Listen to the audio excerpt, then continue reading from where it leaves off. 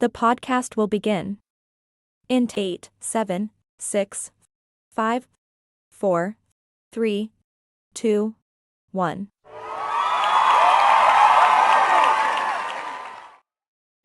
Okay, this is our second live right here. We must have gone about 25, 30. I mean, that's the movie version. 25, 30 minutes. Realized we weren't live. I told you in the beginning when we decided to do this, I should not be the one to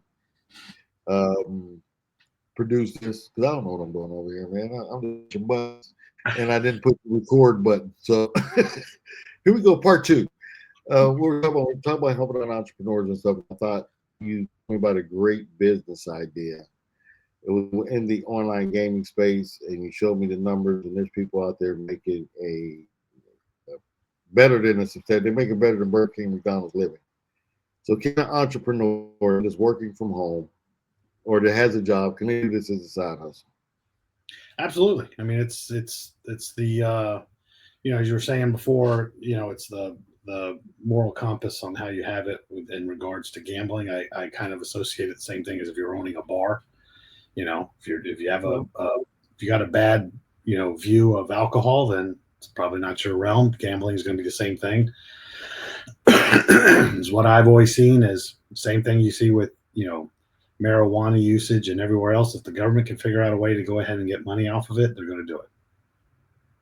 And so I think right now, I believe the only state that's has it off the where you're not allowed to do it is South Carolina. If my memory is correct, or at least certainly on the East Coast, it's South Carolina. So don't they have a lottery down there? Don't the lottery that's the biggest thing is how do you regulate it? And then I think all the other states, Virginia included, has something in the works to be able to sit there and work hand in hand with the casinos. I mean, that's really the biggest thing. So, we've got one in Portsmouth, with Rivers and I know Rosie's as well. And so, I believe what what Governor Youngkin was trying to do was get legislation passed on, you can't have the Queen machines and on-site gambling, machines in anywhere within 50 miles of a casino. And I know that now it hasn't been passed. It's gone back and forth. I'm sure it'll probably, as with any law, it's going to take time to go through that. But that takes out pretty much 65-70% of the state. I mean, really. Because when I first seen it in the paper, they had a map on there showing the areas that it knocked them out, and I think it was all the way down to the ocean front. Well, yeah, I mean, you think it's when you really think about it, it's like 5-6 miles, or it's like what, I've always said the Hampton Roads is an anomaly that you could hit 7 cities within an hour. I mean, that's really unheard of. So if you think about Portsmouth and you think about definitely 50 miles would get you 3/4 of the way out into the ocean, from here. For some of the people that's looking for a side hustle, it's pretty easy to do. What does it entail from the entrepreneur side? Like, what do I need? I need to buy some. First of all, you got to have a business. I mean, you've got to have some sort of business that you're doing. It's not going to let just users or players, start running, their own basically gambling hall. You have to have a location. So for gas stations, which is what we're trying to do. What we're trying to do is supplement the money that was lost from those Queen machines that were taken out. So, during COVID, the state kind of loosened the laws on it. And that's what spurred, Queen from going in there. Now, the bad side of this is that element of people that are playing those games typically, are going in, they're spending all day there and then they want to drink, they want to smoke, they want to kind of do all that stuff. And it's not really the environment that I think the government was, planning on it. So, we kind of operate in the gray area. That's what we're kind of doing, but it's, we're waiting for this legislation to kind of go through so that we can understand the boundaries on, where we're supposed to go. But for an entrepreneur that has a business, it is a very nice source of revenue that can come in and fill that gap. And so I can't get and start, like, if I wanted to get into business and I'm at home, do I have to go out and get an LLC, or do I already have to be established, or just only for brick and mortar businesses? No, I mean, I think you can do it for either way, but we do have to have a location. So, I mean, that's one of the standpoints through Golden Dragon. But that's the idea. My dog's just gnawing on something back there in the back. But yeah, that's the idea. It's got to be some type of business location that you have. So, and then I mean that's we're tier 1 distributors, so we can provide the games for people to play. They play on their own device. There is no Queen machine. There's no devices out there. You're playing on your phone, and then you're basically playing as the casino. So, it can be, the reason why we say it's probably a good thing for you to already have an established business is because obviously, if somebody goes in and hits the jackpot, then, you've got to pay it out to them. So, you want to have somebody who has the cash flow to be able to handle that. Well, from this perspective, what if I wanted to be, I guess it would be called a vendor, and I wanted to go out and sign up other, like, convenience stores, people around here that had Queen machines? I just want to go in there and get them signed up, or whatever area you live in. Can I live in Michigan or Ohio and do this? You can. You just have to make sure like you're in a state that actually has the ability to be able to do it. So Michigan does. I mean, that's fine, but it's, like I said, if it's South Carolina, then I'm not gonna do about it. I can't register. How do I check that out? How do I confirm that my location has the ability to play online game? Is it gaming or gambling, or what are they calling it? We call it online gaming. I mean, we're not going to say it has a lot of other fun games. I didn't see a lot of gambling games. Well, I've seen some that it's fish. Yeah, I mean, you start getting into it. Just depends. It's state by state. So we know which ones they are. So it's each state. There's some. It's what they consider as a game of skill, or it's not. And again, we go back into this, gray area of legalese of, a lot of people think that the fish games, that's a skill game. And, some people will argue that, then get them out of Dave and Buster's because they're in there. And if that's saying, and they're like, well, what are you getting monetary value? Well, I get those tickets, and those tickets I can go over there and I get myself a nice little Sonic, thing where I can hold on to it. That's value. I mean, technically it's you got it for something for nothing. So, so again, like I said, I think as time goes by, obviously it is a revenue generator for the state, for each state that goes in. And I think as you see more and more of this kind of, move on, it's just a matter of how can the government regulate it? How can each state regulate it? And move that way. I mean, 15 years ago, I never would have thought that, sports booking, sports betting would be allowed. And I mean, look at it. I mean, you're seeing casinos now, aside from Atlantic City and Vegas for decades. And now all of a sudden there's casinos everywhere. So, is the nice thing about it is that you're at home. I mean, you can play around the clock as long as you can get somebody to actually put money in. It's just, again, it's that moral compass, and how do we get it to where, we kind of make those judgment calls. But it is. Before I go back to find out where do I need to call, could you give me an example of from a vendor, like if I went out and I got 10 stores to sign up to carry the game platform in their store? Yeah. How does that work for me? Like, first of all, how hard of a sell is it? I have very little sales. I have to go ahead and pitch them.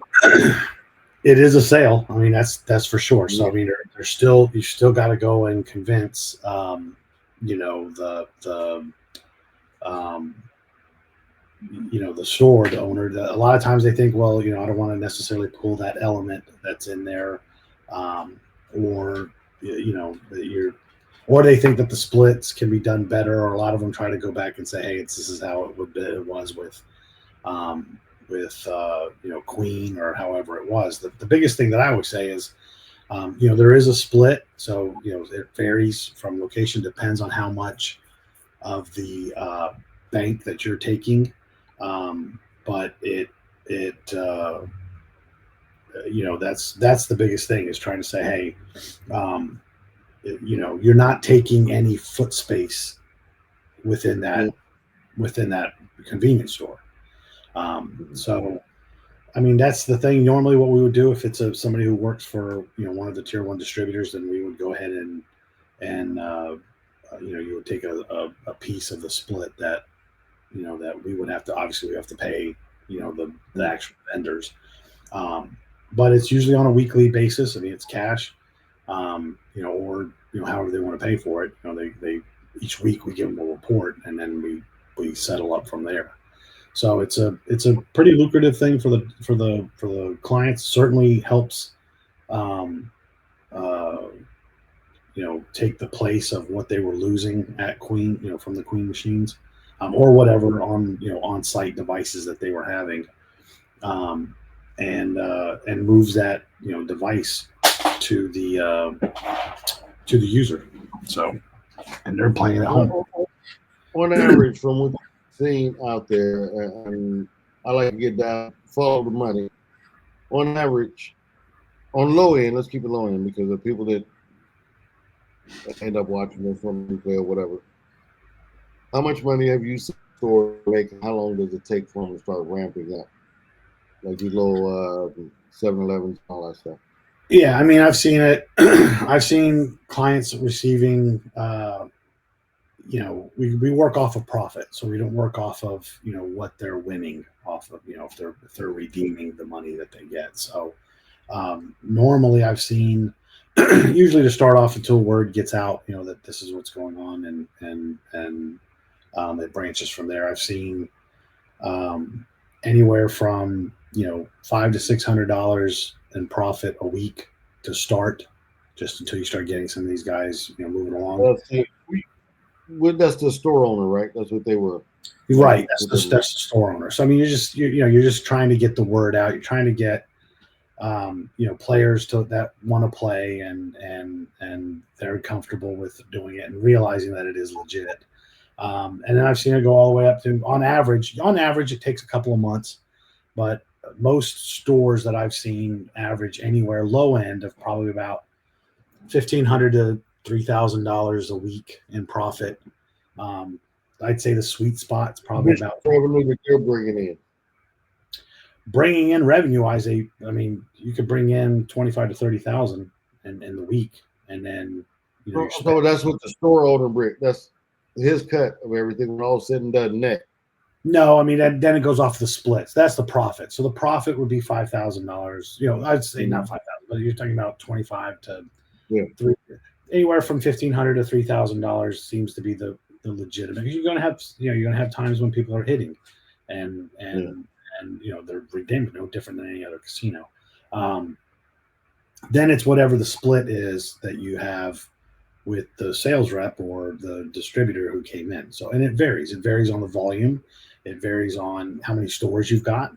So in some cases, if you're just one store, your split's probably going to be less than what it's going to be. Are you taking care of the casino portion, or is that burden onto someone else? So those are all items that dictate what the split is with the owner. But if you've got 15, 20 locations, you're going to get a much better split because the volume is there. So that's obviously what you're trying to do. So like I said, it's a good, I mean, are you going to make millions of dollars? Well, I mean, if you've got 20 locations, you will. But if it's one or two, it's going to certainly help assist in the revenue that you lost when you had your on-site gaming. And so that's from the tenant or the store's perspective. How much does it cost for a store, and what do they have to come out of pocket to get set up? Nothing. It's online. I mean, So it's you go in, you that have to seems have like pretty. you want to have some type of device, some device that has access to the internet that you can log on and add that user to it. So that's the key. So we've tried some things on trying to handle it for them, but the volume gets too high, and the all hours of the night of someone trying to sit there and log on. So it's a lot easier right now. Now there are things that are coming that are going to assist with that. Trying to get this automated through. Once that happens, then life is going to be much easier, because then it could be around the clock. So those are the I do have a automated wallet coming down the pipeline. Correct. Now I thought that because some of the gaming companies they use stuff like Cash App, Venmo, stuff like that. But I thought that was I can't use that. They didn't like to do that. Well, technically, you're not supposed to. I mean, it's against their policies. So if there are people are doing that, that's against really they're going to lose their account. That might not happen now. That might never have happened, but it's going to. I mean, there's no doubt that that's what they're doing, and because it's their conduct that they have, and they don't want anybody doing it. And a lot of it's the legalities behind it in the first place. So, it is what it is. But this one is based around allowing, it's allowing, to pull from, for gambling. I mean, it's basically for gaming. It's a game. It's a gaming wallet. That's what it's for. Nobody's not going to have any problems using this wallet if they want to sign up. Now, let's say somebody wants to be what do you know? If I want to be the guy I would be a sales rep. What do I have to do to become a sales rep? Contact us. So that's number one. Like, do I have to jump hoops or? No, I mean that's. I mean, we'll negotiate the split between reps and go from there. So it's not that I'm not gonna say it's not a hard sell. I mean, it's basically just trying to get in front of the decision maker. It's no different than anything else. Trying to get in front of the decision maker, and then, just trying to show them that, hey, this is just another avenue. Even if you do have a place that is allowed, that does allow the on-prem machines, this is we're not here to take anything away from that. I mean, it doesn't. I mean, if you've got 4 machines in there, you can have 4 players playing at one time. That's it. Online, I can have as many as I want. So I mean, you just look at it from the avenue of having those seats. Really, what we're just trying to do is get people to come in. It's your customer. That's what you're doing. You come in, they, hey, I want a pack of cigarettes. Here's, I want to buy this candy bar and let me put $20 on, the game that I want to play. And that's it. That solves a lot of problems for some of the things that you were talking about. As far as with the physical machines, there were complaints about people loitering and coming in there and drawing a certain element, if you will. Right, and I still get that pushback, and the question, the point is that kind of goes away. Not only does it go away, I mean that you're still instituting until the wallet comes in. You're still instituting them to come into the store. So they're coming in. If they were coming in anyway, I mean they came there one time for one reason. So, that's the idea behind it. So when it comes time to being like to be a sales rep, some of these shiesty companies out here, like I just see one a couple of days ago. See, they were looking for sales rep, and then when you fill it out, you end up getting on a discovery call where they're telling you about the business, totally not transparent on the website. They want you to sell some stuff, but you need to buy your kit to get started selling. Right. So is there any upfront for me if I want to be a reseller? Is there any upfront cost to me? No. So I call you up and say, hey, I want to be a reseller. We negotiate a split. I say, I like that. You like it. And you set me up. And I can start selling. That's the point. I mean, we kind of put the we put the split really onto you. I mean, you can kind of run it the way that you want to run it. We'll let you guide you and help you do the promotions of that company or that convenience store or whatever it is. Really, I mean, it can be anything. A restaurant, bar. Not only can I become a rep at no cost to me, you tell me that I can go out. I got a problem like closing and so you'll help me on that aspect too. Yeah, absolutely. Absolutely. Okay. All right. So me on the sales rep end, what is the potential earnings that? Because I can't guarantee anything. What's the potential earnings I could do if I went out and got like let's say 2 stores? You say the average that they're doing after 2 or 3 months of ramping up is somewhere around 5,000 a week. That's what they're doing. I mean, that's I would say probably anywhere between 1,500 to 4,000. 5,000 is a good amount. If they're clearing, so you're looking at that's 10, it's $20,000 a month per location that would be making in profit, comparatively speaking. So usually you're looking at a few points that you're getting as I would say your commission. And depends again on what your split is with what the split is with the client. We've got kind of a flat rate that we're doing to pay for our stuff and our overhead. And the rest is really up to you on what you do with you negotiate with the client. So what's the normal type split? What would a normal split be? Well, I mean, you've seen. First of all, what's my split? Like if you gave a deal, which I would hope you would, or like what is the rate run for me? If I'm new, I'm gonna imagine my split's not gonna be just as good. But what if I start? Right. You say I'm really out killing it. Well, I mean, like I said, it depends on the split that you do with the client. So, I mean, I've seen 60-40, I've seen 80-20, where 80, usually the majority, the lion's share goes to the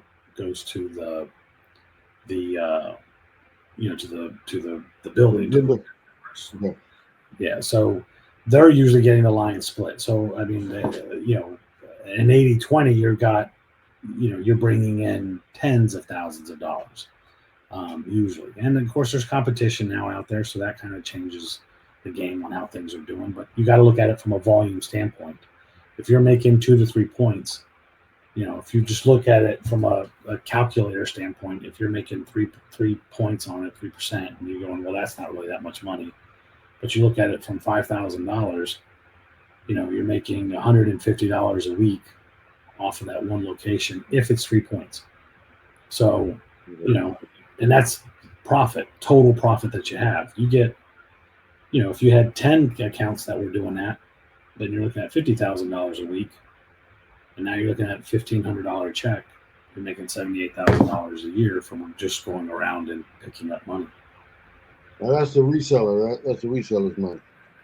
That would be the rep. And I'm saying some of them are a lot larger because they had a deal cut out with the client. Normally our stuff is kind of a flat rate.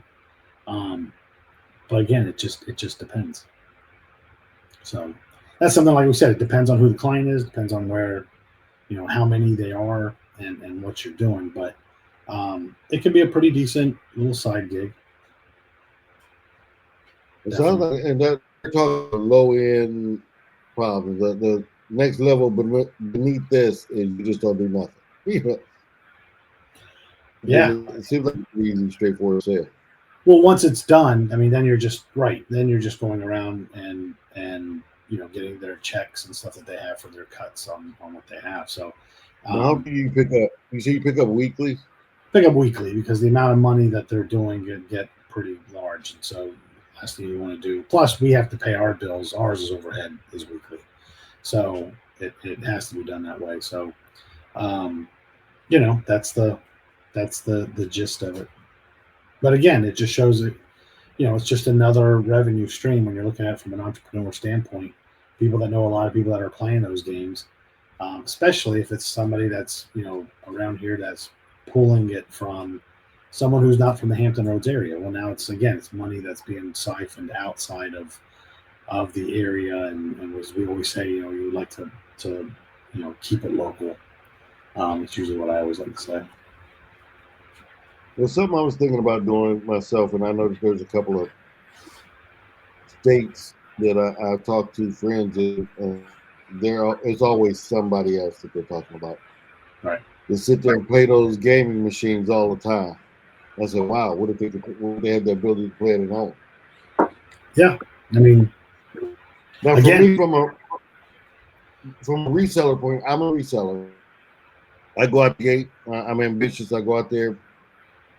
I don't have to worry about paying out the winnings if I'm just at tenders. I don't have to you worry about can it. if you want to. I mean, you can if you No. want. Split's a totally different story then, because you've got to hold money in reserves to cover the payouts.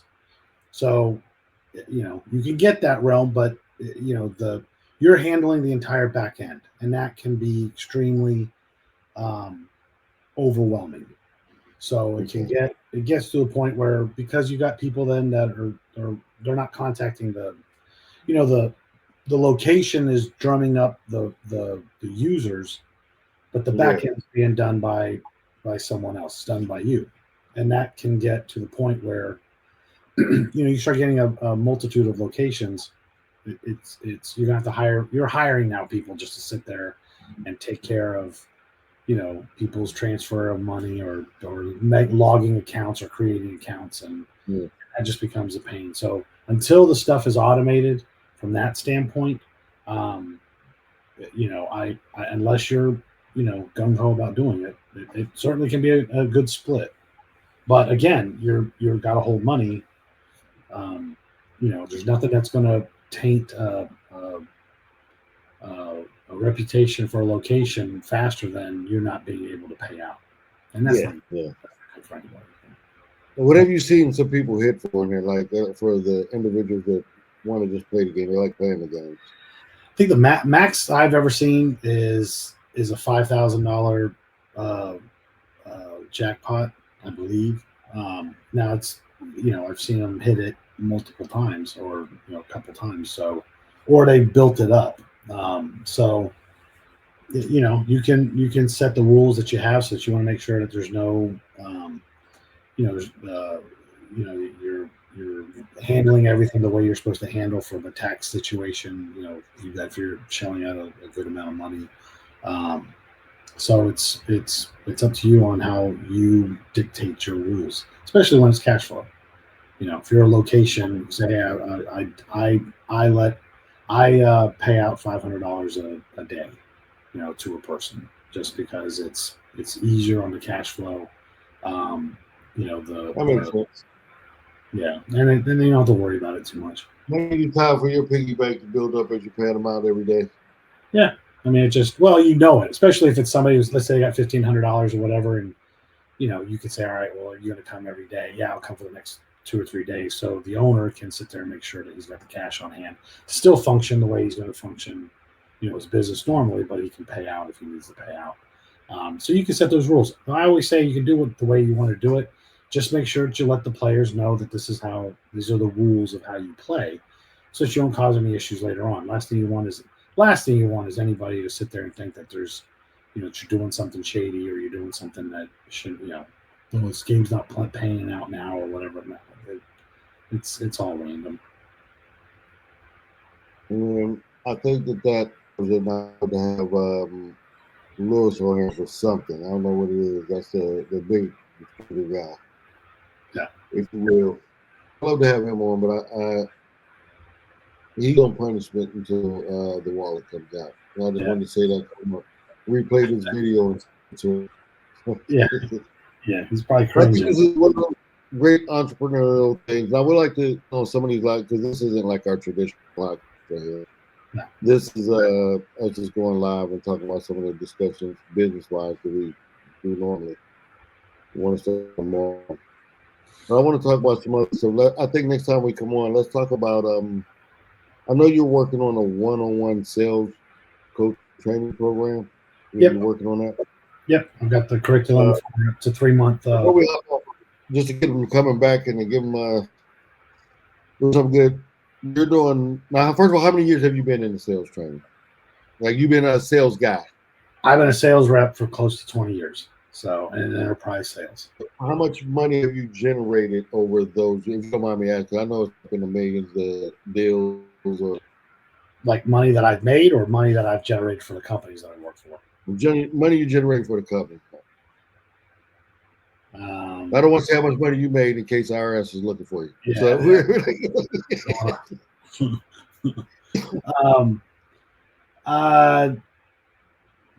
Well, I mean, I've been doing it for quite some time, but it's in the millions. I probably have generated close to in 15, 20 years, with the last 10 to 15 being an enterprise side.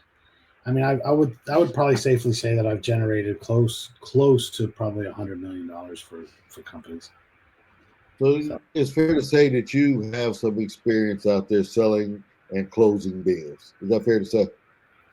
Yeah, I mean, I've always said before, I've known a lot. I don't consider myself a phenomenal sales rep. I really don't. I mean, I'm sure that colleagues that I've been with probably would say the same thing.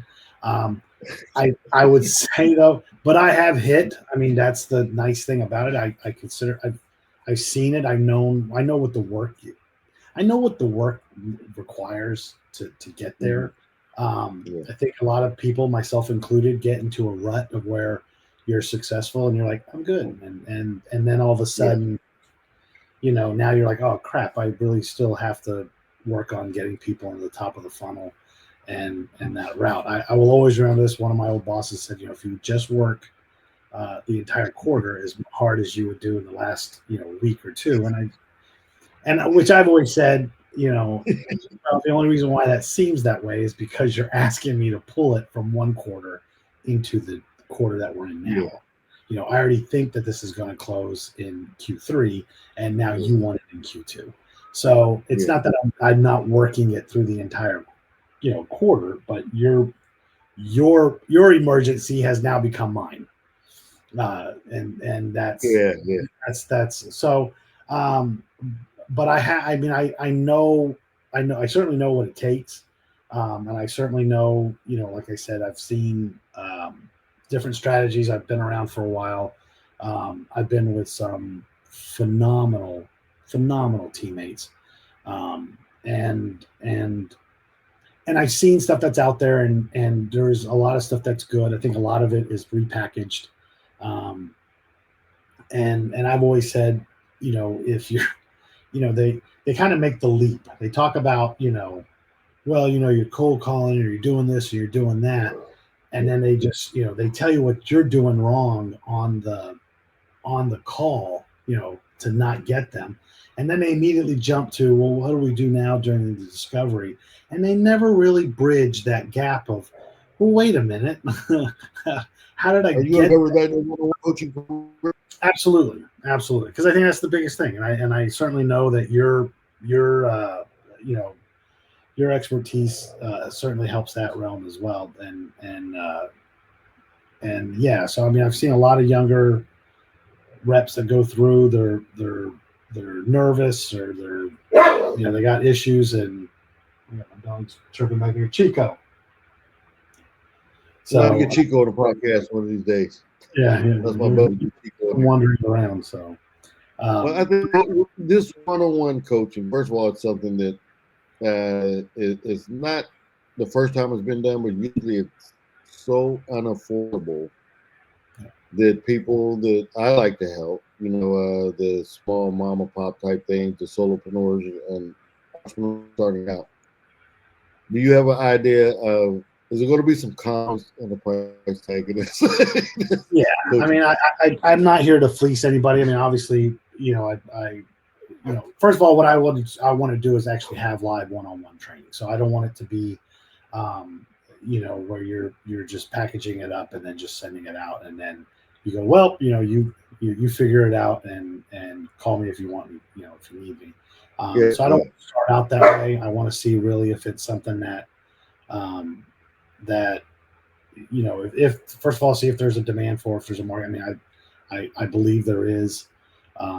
So yeah, so I'm debating still on the prices for it. But I'm trying to get it to where it's affordable and it's something that they can pull value out of it. So I'm trying to do it right now. 3 month. You know what I'm trying to talk you into, and I'm just roping you in because you live right now, and I got witnesses that. Will you can offer to some of the things that I have going on, some of your training? Maybe you, instead of giving them an hour, maybe you can give them like 5 minutes. I mean, remember the old Chris Rock, the old thing when he go in, he say, "Hey, how much does the bill cost?" They say $5. He said, "Well, what can I get for just a drink?" You know what I mean? Yeah, pull it hand. Yeah, you know what I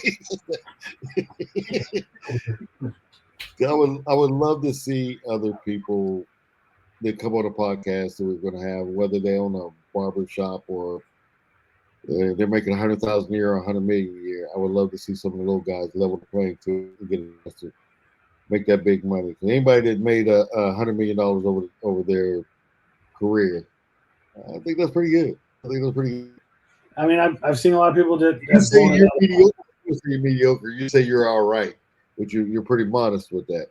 Well, when you span it over 20 years and you say, all right, well, it's not like I did 1 million each year or 2, those are usually your quotas. But there were a couple of years, where you hit a 7.3, $1 million deal, or you hit your quote, you blew your quota out and you did a couple 100% in that case. So, like I said, we've known people that have done 400 to 500%. I mean, my ex-wife's quota when she was in the federal sales was like 280 million a year anyway. So she was covering federal accounts. So she was the channel manager for all of it. So, it's all proportional. So how you look at it, are you the one that's actually doing it, or are you an overlay and you've got 5 people that work, underneath your stuff? So it's all subjective. And that's why for me, there's some people that can probably do it. There's some people that hit 200-300% of their number and they only close $500,000 because that's their quota. The quota was, emerging markets, and it's brand new. Are you working on new stuff? Are you working in enterprise? Or are you working in, mid-market? And I've always, a lot of times I've done mid-market instead of handling the huge enterprise accounts. So it's all subjective. I've hit my number a lot. I've had some years where I've whiffed. But the key is you have first of all, do you have the resiliency to actually be a real salesperson? Chico, that's a tough one. Even when we were talking about, I don't want to make it sound like we jumped off and started a whole new podcast. Yeah. But it's even selling the gaming stuff. Just to get out of say, a lot of people have a problem going out and just walking in and say, "Hey, the manager." Yeah. I mean, they do, and they're just an idiot. I never had a problem with sales. I've always said sales is like dating. You gotta, you gotta. You don't go in there and you just say, "Well, this is what I do. This is who I am." And I do this and I do this, and this is what's so great about me, and blah blah blah blah. And that's not how you do it. So you got to think of it just that route is. Like you have to build a relationship. You got to have honesty in what you're doing. You got to have somebody who's got to trust you. I'm gonna write down building lead generation. Is that your one-on-one training? That's part of it. That's my 10 cents. That's the cup. As a bonus, maybe I can come on and talk about some of my lead generation tactics. Or you definitely could do that. I've seen your tactics as well. So it's but like I said, that's. I'll tell this before we close it up. But as an entrepreneur, and I've been doing this for so many years, that I've never collected a check from somebody. I got out and I ate what I killed. I think that it's a different story because you're supposed to. They tell you in all the books I've read, you should wait until your side hustle until you make enough money to take over your job, so you can just quit. I remember getting upset and quit, and I haven't made my first dollar with this idea that I had. I remember getting up, going to work here. I was married at the time. I would get up, and go to work here, well, pretend like I work every day. Yeah. Come home and go door to door and make sales because I had no choice. Could you imagine how marriage goes when you come home and say, hey, I don't have my part on the rent this month? You know what I mean? I've always been a firm believer that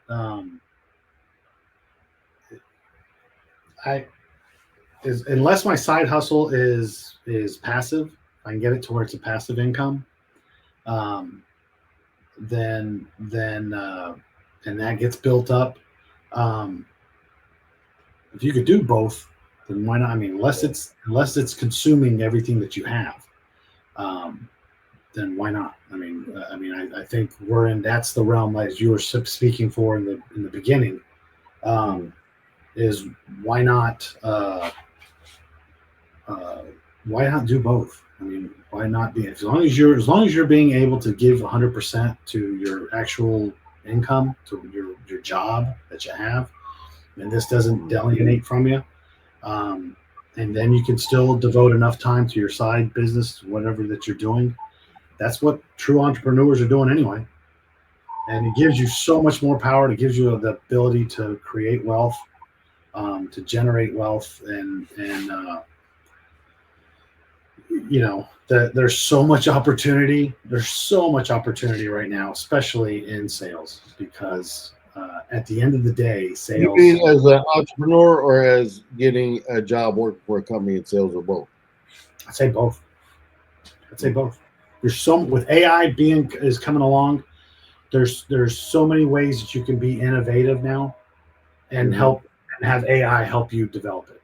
Because that's really the issue that most people have. Well, I've got this great idea, but I don't know how to do this, or I don't know how to do that. Yeah. That you can do that very, very easily, and especially when there's tools out there, there's platforms out there, there's Patchwork 360 that we have that can help assist in that whole back office thing. Hey, I'm not an accountant. Well, I can create an AI that can that can help me with. It's not sitting there saying that, the AI is going to sit there and do my accounting for me. I'm sure it probably could at least get to that point, but it's to sit there and say, hey, it's the judgment calls that you're not sure of yet. That's where it really assists. And right now I use it a hell of a lot for recipes. That's just me. I will throw that out there too. Your what is it, a barbecue brisket? Yeah. I remember I said that he didn't make this. Yeah. I just follow the recipe. But boy, it did it. I mean, it did pretty neat. So it was, those are the types of things, like I said, when you look at it from a tech, but even using that, just break that down. What do I need? If you thought, what is it's like basically having, it's like having your mom around really all the time, just asking them questions, and they're not yelling at you. Shut up. So, but in the realm of business, it is great to be able to use that. And the nice thing about when you come to sales, I don't care what anybody says. Yes, AI can be able to do a lot of things from its online, and that version, it can call you, it can do these things. I think at the end of the day, when you got to have somebody who can sit there face to face across from you and look you in the eyes and tell you that this is what's going to do, I don't believe AI is ever going to be able to make that leap. At least. I'm in a lot of mastermind groups, and I see a lot of entrepreneurs that are scared to get out there and go for it. They just want to put up a site and pray to God that people come to it. That's it. And say, and it's as soon as my website's up, I'm on a phone calling. I'm calling. I'm trying to get something in there. And I think with the Grotto Group, I want to help teach entrepreneurs, teach sales reps. So you talk about putting together a cold call prospecting program, a cold email program. Yes. Because I just wanted to get you, I'm going to send you this clip. But before we get off, I got one question that I have to ask. I asked this guy this question. I got his version of it, but I didn't get him live. I want to get your version on it. Great. Who's the best sales rep between you and Lewis Perry?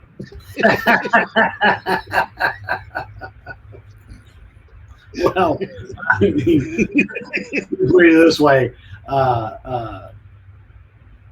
at least the time that I've known Lewis, Uh, I've been the direct contributor, while Lewis has been overlaid. even though he's a mentor of both of ours, he said he was the better sales rep. He did not beat around the bush about that. I mean, you can say whatever he wants to sit there and say. I've owned a lot of companies lately, and I haven't asked him to come work for. I haven't asked him to come work for the Grotto Group, but he has come to ask me to go work for him. So there you go. And you know something? This will be a thing later on that I'm sending strictly to Lewis. I'm text messaging. I'm not even posting it on social media. And here's another thing too. It's just a statement. It's kind of like it's kind of like The Right Stuff. I don't know if you remember that movie from the Who's the best pilot you ever saw? And they always sat there. Everybody always says you're looking at them. So if you're in sales, you should, in my opinion. I mean, you're always supposed to have a little bit of humbling and be respectful for everybody. But at the end of the day, you should always think that you're the best salesperson that there is. I mean, you have to have. It's a very fine line between arrogance and confidence, and sometimes it steps across both. I'm sure people have said the same thing about me. So I wouldn't expect anything different from Lewis saying that he is. But I know when I'm 100% and geared. I'm not sure we can go toe to toe. I know that I was joking with him when we were on the phone late. Imagine me being on the phone late with Lewis. And I said, joking with him. I said, "No, so Farley said he can outsell you." Oh, that's it. He went bananas. He said, well, at least he has a dream. It is. And now I'm going to edit this clip out to what you say. My question is going to be, do you think Lewis sucks? Yeah, of course I think he does. That's why I wanted it. You look really bad. Lewis's biggest thing, I mean, what Lewis will always have, and you always do have it. I mean, I've always, I've had a guy who, I had an IT background, so my IT mentor used to always tell me that you should always have a mentor, somebody who's mentoring you, and you should always have a protege. So you should always be bringing someone up, and you should always be looking at moving to the next step. And that's probably where I would say that's my Achilles heel is. I kind of get sometimes where I'm happy with what I want, and you got to make that realm of going, Chico, of getting. But for 20 years, you finally decided to take on some proteges after 20 years. I've had I think I've done pretty well with the people that I've brought along as well. But there is no doubt that Lewis was one of my mentors, if not still. I'm going to let you slide on that, because normally I would go and say your life was like, it would be called Animal House 2. A lot of other people are not going to even know what that is. But it's nobody knows. Everybody just knew it's a sequel. And my life has been more like Steve Martin, the jerk. Extreme highs and extreme lows, but all I need is my thermostat and my chair. That's all I need. I'm gonna hop off here. It's 10:30, and I'm got a new book coming out that I'm trying to finish up. That you're supposed to be writing the forward for, by the way. I was going to do it tonight, but it's it's 10:30 now. So. Okay, well, while the $100 million man is sleeping, I'll be up, still peeling potatoes and working on the hard stuff, doing the inner work. I got you. I got to carry you and Lewis on my shoulders, man. I don't know what to do. Watch me. I'm getting shot for that one. I just had to throw it away. Yeah, you might want to just stop the video early on that. Yeah, I'm going to stop it early now, or the audio's going to go bad on that section. I said, I love you. You didn't hear it. All right, man. I'm going to stop the stream. I'm going to get off here. Can I get my Ford, man? I will get that done. I'll have that tomorrow. Okay. Y'all heard that. I'm keeping that part in. All right, bro. All right. All right.